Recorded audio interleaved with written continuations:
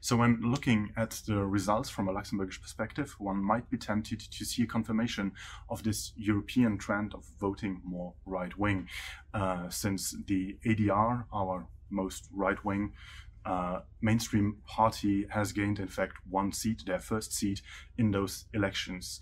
However, when looking at those numbers and those seats in a little bit more detail, one might discover that there are some trends that seem to run counter to this.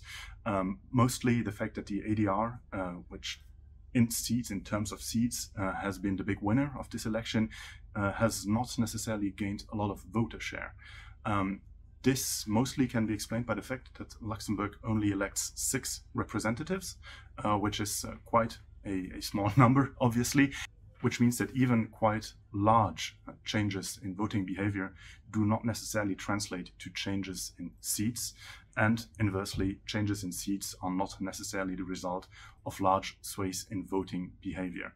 Again, the ADR, which won one seat, only gained a little bit under 2% in voting share, which is not quite a lot, while the LSAP, which is our socialist party, gained almost 10%. However, those 10% did not translate to a seat.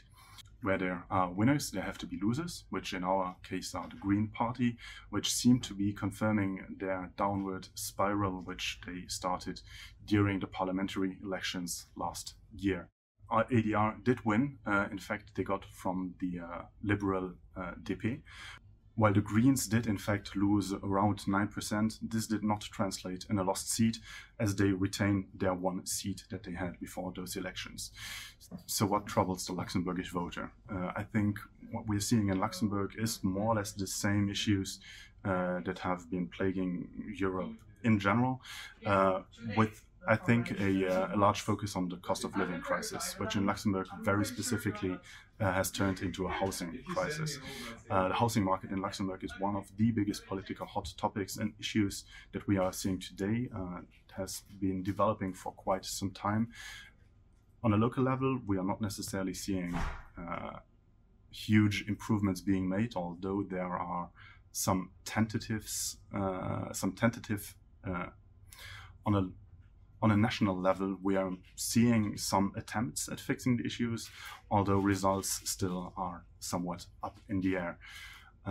Obviously, defense has been an issue as well, but interestingly, not that important in the grand scheme.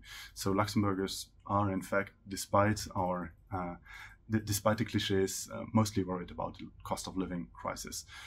How the elected parties, both in Luxembourg and on a European level, are in fact going to work on this problem remains to be seen.